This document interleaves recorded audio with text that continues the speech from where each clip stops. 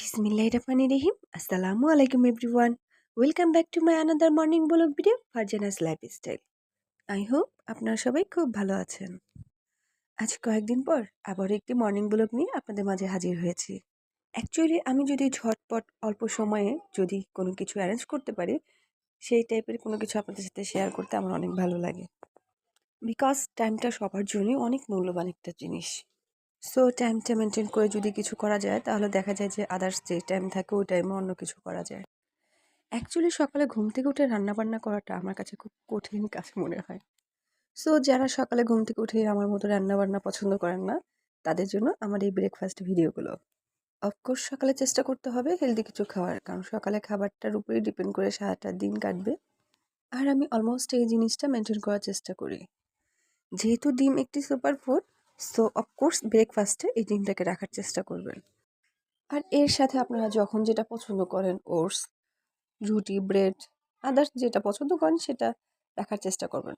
সাথে কিছু ফল। এই খাবারগুলো সব একসাথে না, এক এক দিন এক এক ধরনের খাবার দিয়ে আপনারা ব্রেকফাস্টটা কমপ্লিট করে নেবেন। আর যারা ডায়েট মেনটেন করেন তারা চেষ্টা করবেন অল্প খেলে কোন খাবারে বেশি পুষ্টি বা এনার্জি পাওয়া যায়। এই তো আপনাদের সাথে কথা বলতে বলতে অনেক জ্ঞান দিয়ে ফেললাম। সাথে আমার ব্রেকফাস্টটাও রেডি হয়ে গেছে। যারা আমার ভিডিও দেখেন তারা হয়তো জানেন যে আমি যখন ডিমটা পোস্ট করে খাই, অফকোর্স সেটাতে আমি কালো জিরাটা ইউজ করি। বিকজ কালো জিরার এত গুণ বলে শেষ করা যাবে না। তাছাড়া ব্রেডে আমি চকলেট সিরাপ আর একটু ব্যানানা দিয়েছি। এখানে চকলেট সিরাপের বদলে আপনারা নিউট্রেলা ইউজ করতে পারেন অথবা বাটার ইউজ করতে পারেন। আর আজকের ব্রেকফাস্টে আমি যে মারাত্মক ভুলটা করেছি সেটা হচ্ছে এই কফি। অ্যাকচুয়ালি সকালে ব্রেকফাস্টে কফি খাওয়াটা একদমই ঠিক না, বাট আমার হঠাৎ করে প্রচণ্ড কফি খেতে ইচ্ছে করছিল, তাও আবার এই রেস্টুরেন্টের স্টাইলে ফোমিং কফিটা। এই ফোমিং কফির রেসিপিটা আমি নেক্সট আপনাদের সাথে শেয়ার করব। হাউএভার সকাল সকাল অনেক কথা বলে ফেলেছি।